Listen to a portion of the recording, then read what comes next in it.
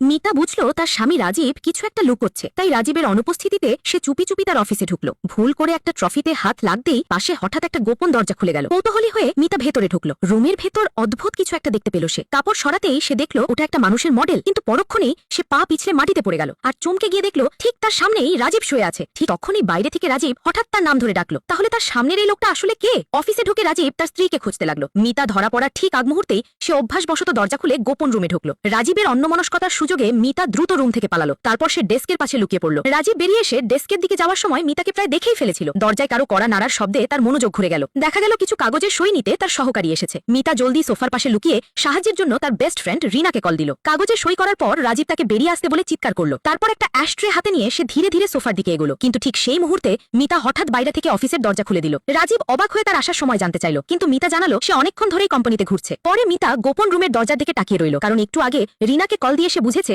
যে তার best friend আগে থেকেই রাজীবের সাথে জড়িত। এক মাস আগে এক দুর্ঘটনায় মাথায় আঘাত পেয়ে মিতা তার গত 20 বছরের সব স্মৃতি হারিয়ে ফেলে। তার স্বামী চেয়েছিল মিতার নামে থাকা বিশাল সম্পত্তি দখল করতে, তাই সে বারবার তার সিন্ধুকের পাসওয়ার্ড জানার চেষ্টা করছিল, কিন্তু মিতার কিছুই মনে পড়ছিল না। গোপন কথা ফাঁস হওয়ার ভয়ে রাজীব মিতার বেস্ট ফ্রেন্ডের সাথে মিলে তার পরবর্তী পরিকল্পনার ছক কষে। পরদিন তারা মিতাকে পাহাড়ে নিয়ে গেল। রিনা যখন তার ছবি তুলছিল তখন রাজীব চুপি চুপি মিতাকে পাহাড় থেকে ধাক্কা দিয়ে ফেলে দেয়। ভাগ্যক্রমে এক অপরিচিত লোকের সাহায্যে সে বেঁচে যায়। তখন তার মনে পড়ে যে রাজীবের একজন যমজ ভাই ছিল। এতে তার সন্দেহ হয় যে তার পাশের এই লোকটা আসলে তার আসল স্বামী নয়, তাই সে কোম্পানিতে ফিরে সত্যিটা বের করার সিদ্ধান্ত নেয়। ওদিকে সম্পত্তি হাতে না পাওয়ায় রাজীব তখন রাগে চিৎকার করছিল, কিন্তু উকিল জানান মিতার মৃত্যুর এখনো কোনো প্রমাণ নেই। ঠিক তখনই মিতা হঠাৎ দরজা ঠেলে কোম্পানিতে ঢুকলো। রাজীব আর রিনা দুজনেই চমকে গিয়ে বোবা হয়ে গেল। মিতা এমন ভান করলো যেন আগের কোনো কিছুই তার মনে নেই। তারপর সে হেসে রাজীবকে জিজ্ঞেস করলো সেই তাকে পাহাড় থেকে ফেলেছিল কিনা, তবে পরক্ষণেই বলল সে শুধু মজা করছে। এমনকি এই সময় রাজীবের পাশে থাকার জন্য সে তার বেস্ট ফ্রেন্ডকেও ধন্যবাদ দিল। অবশেষে সে ক্যাবিনেটের উপর রাখা ট্রফিটার দিকে এক দৃষ্টে তাকিয়ে রইল। এটা দেখে রাজীব তড়িঘড়ি করে বলল সে তাকে বিশ্রামের জন্য বাড়ি নিয়ে যাবে, কিন্তু মিতা ততক্ষণে কোম্পানিতে ফেরার চূড়ান্ত সিদ্ধান্ত নিয়ে ফেলেছে, কারণ সে জানতে চায় তার সামনের এই লোকটা সত্যিই তার আসল স্বামী কিনা। ওদিকে সম্পত্তি হাতে না পাওয়ায় রাজীব তখন রাগে চিৎকার করছিল, কিন্তু উকিল জানান